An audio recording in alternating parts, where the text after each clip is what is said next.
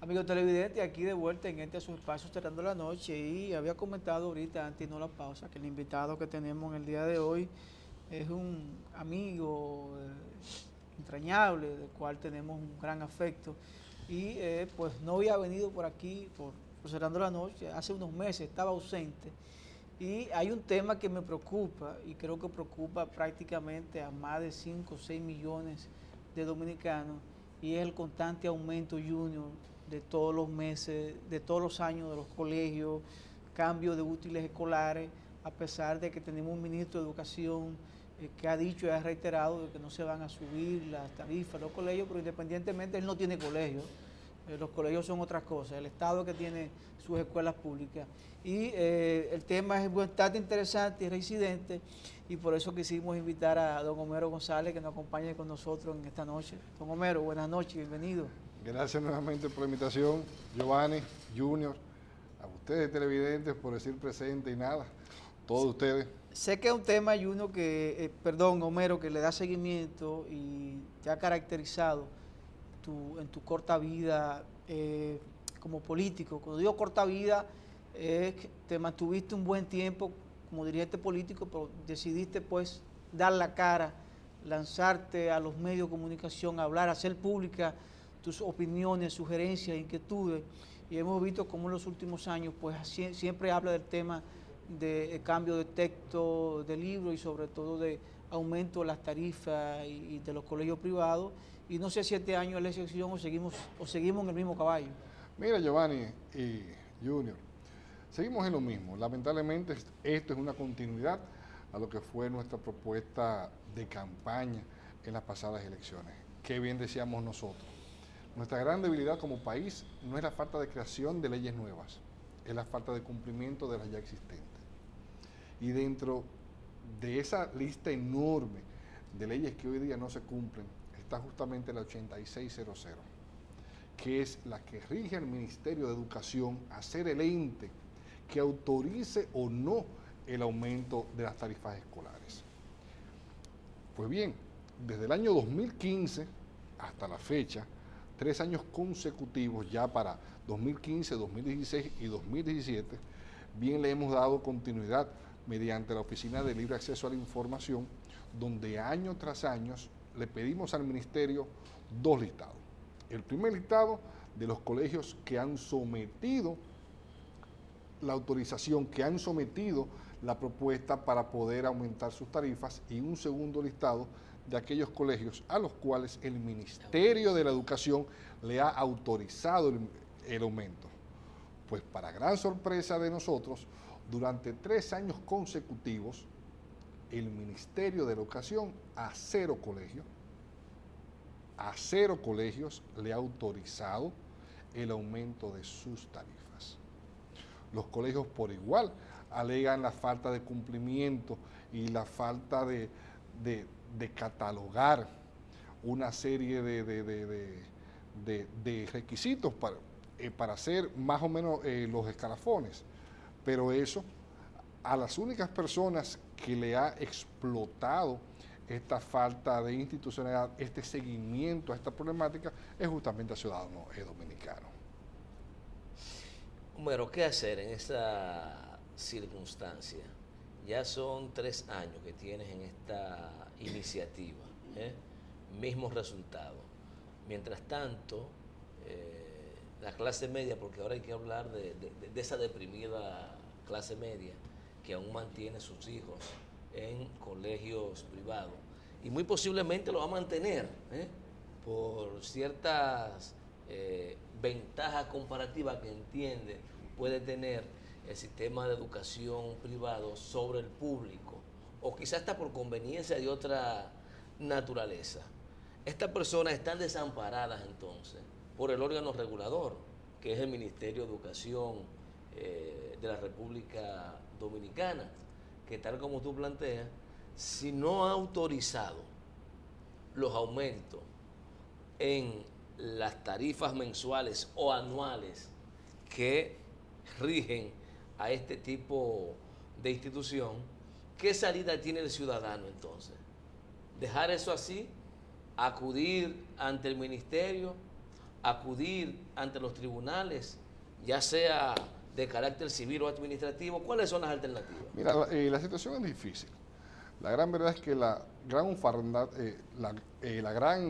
orfandad que tiene la ciudadanía no es tan solo por parte del ministerio, por parte del Congreso por igual, por parte de sus legisladores, por parte de sus representantes, quienes hoy día, con la oportunidad de estar en los diferentes hemiciclos de un Congreso, no han tocado el tema.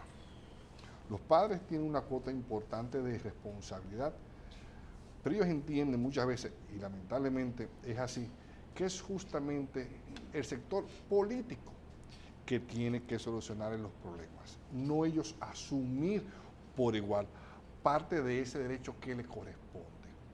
Si bien existe una ley 8600, y bien sabemos que se está incumpliendo, pocos se atreven a hacerle frente a un colegio con el temor de la amenaza de que su hijo sea excluido o excluida de dicha institución.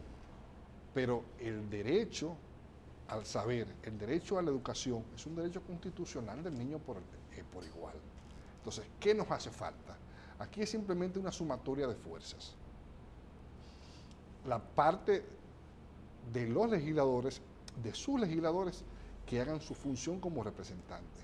Nosotros como políticos, preocupados con el tema, hacemos la denuncia, pero los padres por igual tienen que enfrentar a esos colegios, tienen que aparecerse, tienen que exigirle la autorización por parte del ministerio que le ha autorizado a dicho colegio el aumento de sus tarifas. De no contar con esa autorización. ¿Qué nivel de apoyo o solidaridad genera esta preocupación tuya por parte de la Asociación de Padres de los colegios privados? Mira, y ahí es donde voy justamente.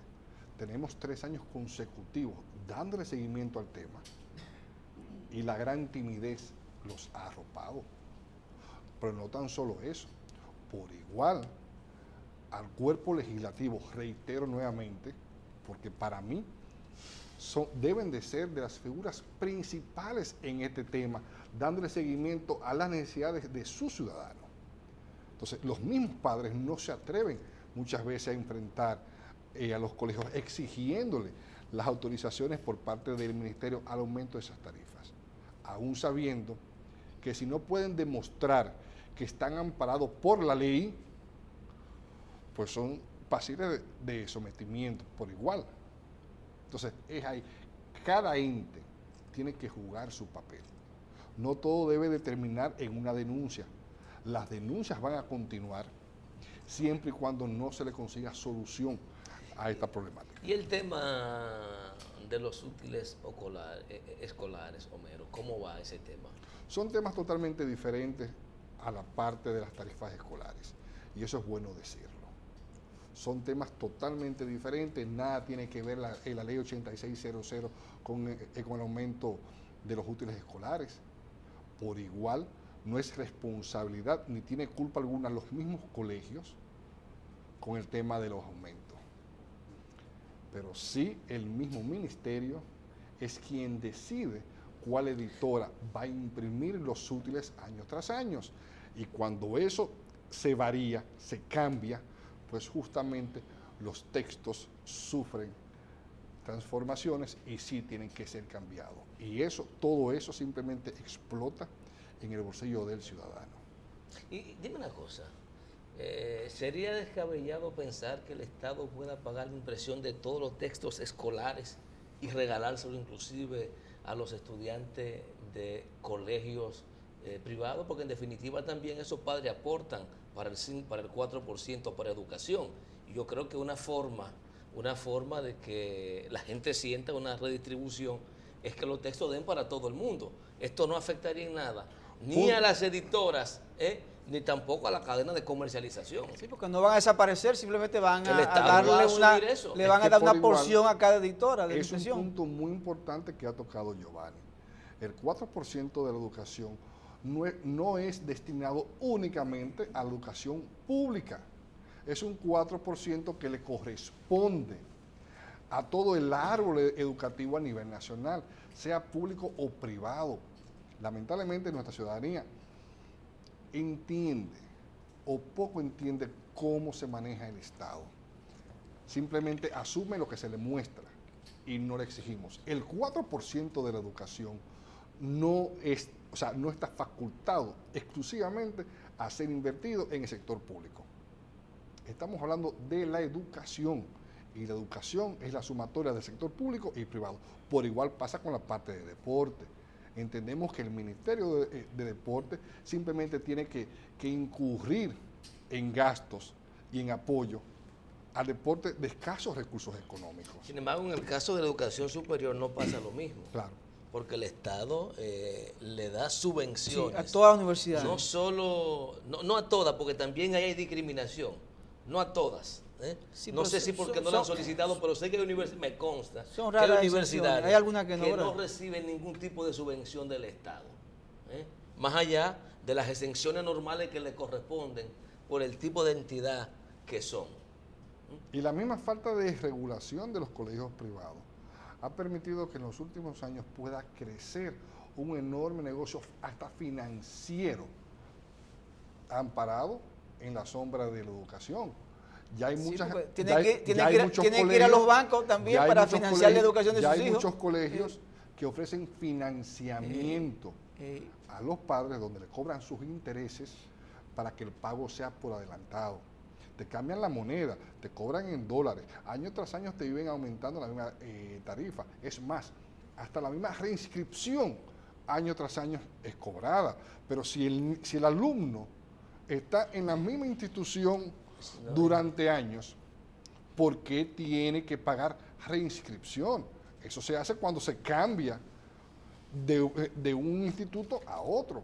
Pero ¿por qué tiene que año tras año justamente seguir con el tema? O sea, hay una serie de detalles que la sumatoria hace una situación difícil. Sencillo, Homero, en tu época de estudiante y en la mía, en la de Junior, se impartía docencia hasta el mes de mayo y volvían otra vez a final de agosto. Recuérdate que se daban 3 meses de vacaciones y los profesores se iban 3 meses de vacaciones. En aquella época los colegios se cobraban nada más hasta mayo. Hoy se cobran los 12 meses del año. Entonces se cobran 12 meses del año y además me cobro una reinscripción. Dime, es un negocio redondo. Dime qué pasa. Tú tienes que pagar junio, julio. Pero además te graban con agosto porque la clase empieza en la última semana de agosto. Sí, terminándose el mes, echándose la paloma. Sí. Que no entiendo tampoco la lógica. Porque total una semana menos, una más, empecé el 5 o el 7 de septiembre, ¿en qué afecta el desarrollo del año escolar? Los inicios lo hacen siempre a finales de mes. Yo no entiendo. Pero te cobran el mes completo. Claro. Entonces, la parte final del año escolar lo hacen entonces a inicios de mes, Y donde por igual te cobran el año completo. Entonces, ¿qué pedimos nosotros? A una ciudadanía que se empodere, que se atreva a exigir sus derechos, pero por igual hacemos un llamado responsable a nuestros legisladores, aquellos que en tiempo de campaña supieron hacer promesas de cumplimiento y ejecutorias de proyectos de ley, a lo que hoy día son ya los grandes ausentes en todo este día a día de la ciudadanía. Decía que ese tema del cobro de los 12 meses del año ocurre no solo en los centros de educación netamente privada, sino que en los centros de educación pública, que aún se mantiene una famosa cuota de recuperación, que hacen aportaciones mensuales de 100, de 200, de 300 pesos, también tiene que darlo el año completo. No hay falla en eso es parte entonces del sistema y efectivamente el órgano regulador es el Ministerio de Educación, quien tiene que dar un paso hacia adelante para ver cómo le alivianan la situación a los ciudadanos, que bastante gravosa la tenemos ya. Y si tú me dijeras, en este caso Junior y Homero, que la inflación es desproporcional, que hemos tenido una devaluación del peso y que la inflación ha crecido en este año un 5 o 4%, pero no, tal vez un 1%, creció un 2%. Porque una cosa es la inflación a gran escala de la economía que te da el Banco Central y otra cosa que tú sientes cada vez que llama al colmado, cada vez que vas a un restaurante, cada vez que te mueves en la tienda. Ahí es que tú sientes el efecto de la inflación, si es -1, si es -2 o si te parece que es un 20, porque el bolsillo lo siente definitivamente. Pero hay que crear un precedente. Yo creo que en los meses por venir, en las semanas por venir, ya con el tema de inicio de clases, van a salir muchos titulares de periódicos con los mismos padres haciendo sus declaraciones, el mismo sector político por igual, pero son temas que vuelven a callarse, que no se le da continuidad. Y es el día a día de los padres cada año donde toca el inicio escolar. Yo siento, Homero, que tú te sientes como un poco, que tú entiendes como que la población no tiene quien le escriba, porque tú dices, bueno, el Congreso, el Senado de la República, la Cámara de Diputados, que tienen que jugar un papel estelar, principal, siento que tú como que quieres decir que están callados, que no hacen su rol, su papel. Mira, realmente, ¿qué son legisladores? Son los llamados a representar. En las pasadas elecciones fue lo que vendimos. Queremos ser tu voz, queremos representarte. Estas son situaciones donde verdaderamente la ciudadanía tiene que ser representada. No necesariamente en temas nacionales. Si bien importante es el tema del Odebrecht y de la misma Marcha Verde y del tema de la corrupción, importancia igual tiene el tema de los colegios para nuestros padres, y más acá en el Distrito Nacional, donde su composición social se dice que es una relación de un 70-30. Con el permiso de nuestro invitado, el señor Homero González, vamos a ir a una breve pausa. Conversamos con Homero González, un importante dirigente del Partido Reformista Social Cristiano. Vamos a la pausa y luego vamos a hablar un poquito de política y de lo que está pasando en el país, ¿verdad? Especialmente del problema de la Marcha Verde. Vamos a la pausa.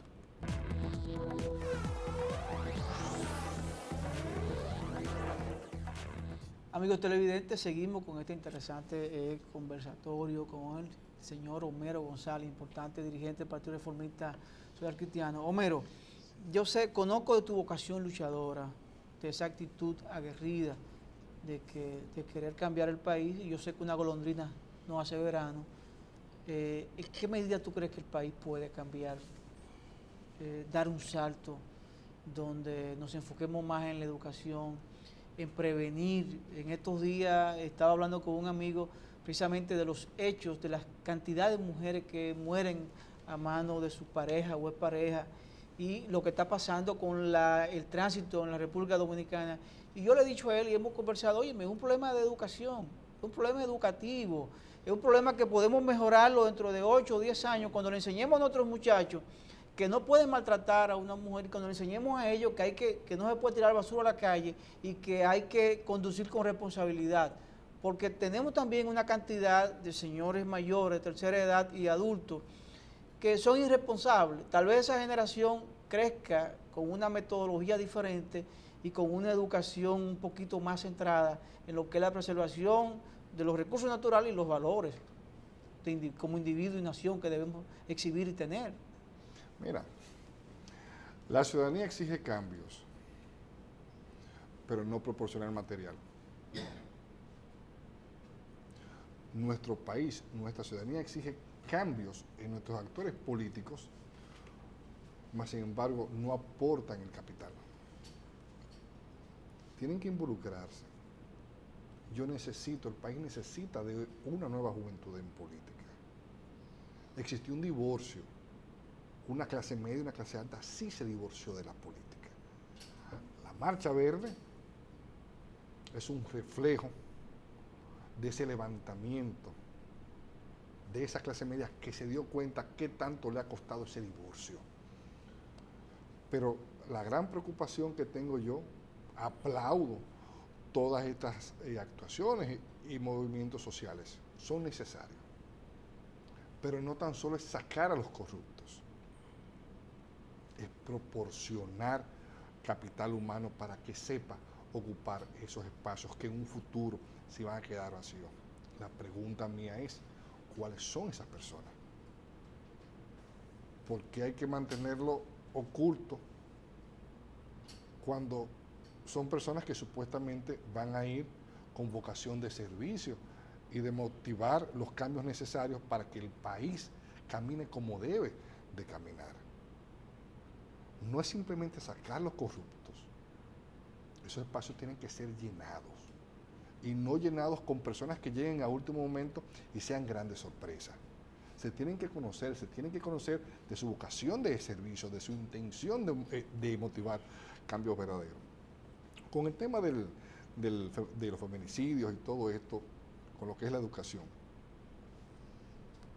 años atrás existían materias tan simples en los colegios como lo era la moral y cívica, que nos instruía a nosotros de cómo debía de ser nuestro comportamiento en las escuelas, en las casas, en las calles. Hasta eso se ha perdido. Algo nos pasó en el desarrollo como país que nos hizo salirnos de camino. Es hora de mirar atrás.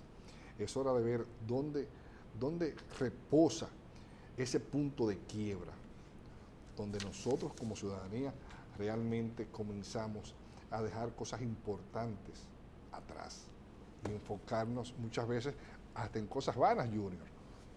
Y ahí son cosas realmente donde el Estado cumple su rol, pero la ciudadanía por igual debe de jugar el suyo. ¿Tú no crees que ese reclamo que tú le haces a la ciudadanía tiene mucho que ver con la ausencia de ciudadanía? Si entendemos ciudadanía como un ciudadano formado en deberes y derechos, capaz de eso, de distinguir lo bueno, lo malo, lo regular, lo conveniente, lo que no le conviene al país. Porque si te das cuenta, y fuiste víctima de eso, el comportamiento aunque tú estabas en una circunscripción donde el nivel de educación de la gente es diferente al nivel de educación y a la capacidad económica de la circunscripción 2 o de la 3, claro, por ejemplo. Pero el comportamiento electoral en sentido general está muy asociado y los resultados a esa labor clientelar, ¿que parte de qué? De la necesidad y de la falta de conciencia. Porque a veces pensamos que educación es solo aprender a leer y escribir, o sumar y restar, y es mucho más que eso. Es la formación de ciudadanos conscientes. ¿Tú sabes qué me llama la atención?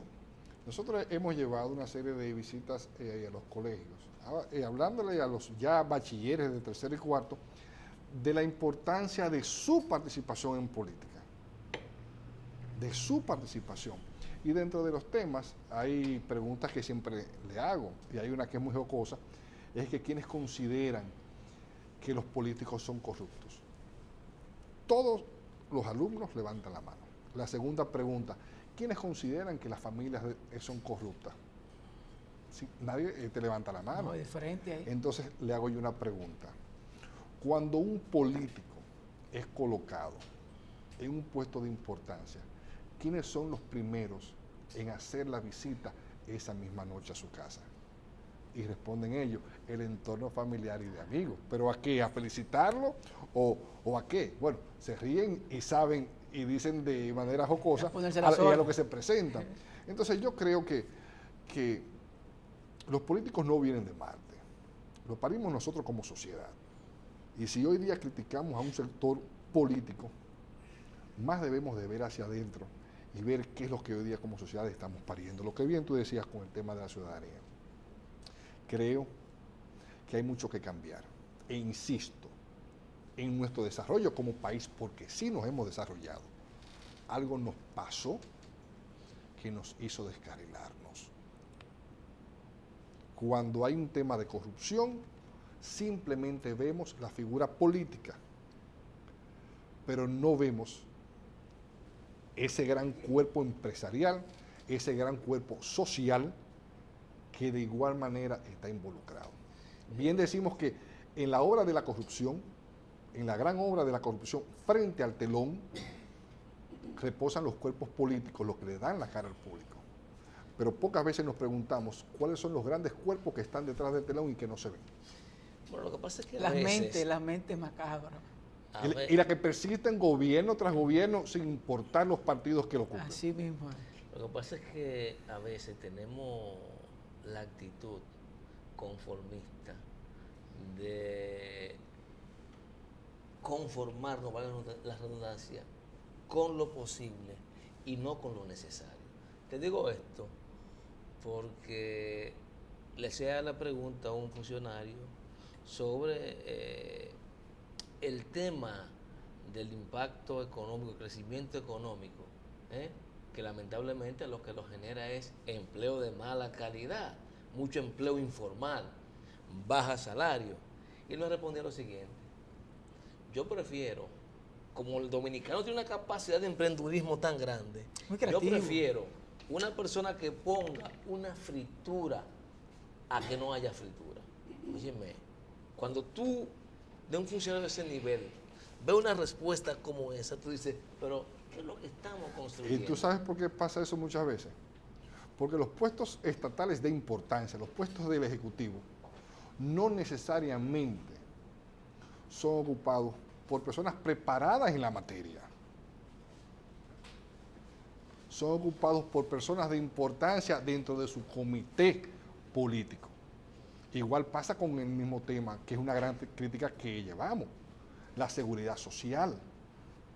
Nosotros somos del entender que quien ocupe el Ministerio de Interior y Policía tiene que ser una persona conocedora del tema. Pero en los últimos años, las últimas posiciones o los últimos incumbentes no han sido personas preparadas en la materia, pero sí personas de importancia política dentro del mismo comité político del actual gobierno. Bueno, a veces yo creo también, Homero, que un asunto de gerencia, porque hemos tenido ocasiones en que se nombra un gerente en una institución que tal vez no es ingeniero, no es doctor, pero ha hecho un buen trabajo. Yo creo que también es un asunto de iniciativa del funcionario, no necesariamente tiene que ver mucho con su preparación académica. Yo creo que es más un asunto con identidad con el pueblo y saber la necesidad de ese ministerio o de la población con relación al tema particular. No, en cuanto a eso, o sea, no hablamos de su preparación académica. Estamos hablando de la especialidad que puedan tener con la función. Yeah. O sea, estamos hablando que manejar la seguridad ciudadana no es un tema cualquiera. Y los últimos incumbentes, el único producto que ha tenido sus gestiones ha sido que el gran índice o el alto grado de delincuencia ciudadana se mantenga o siga su crecimiento. Bueno, Junior, no abordamos el tema político con el señor Homero González, ¿no? Todo eso es política pública. No, pero partidario, partido reformista, pero está bien, será para la próxima, ¿verdad? Agradecer a Homero González el habernos acompañado. Como siempre, este espacio está abierto. A ustedes, gracias por habernos permitido llegar a sus hogares. Mañana nos reencontramos nuevamente en Cerrando la Noche.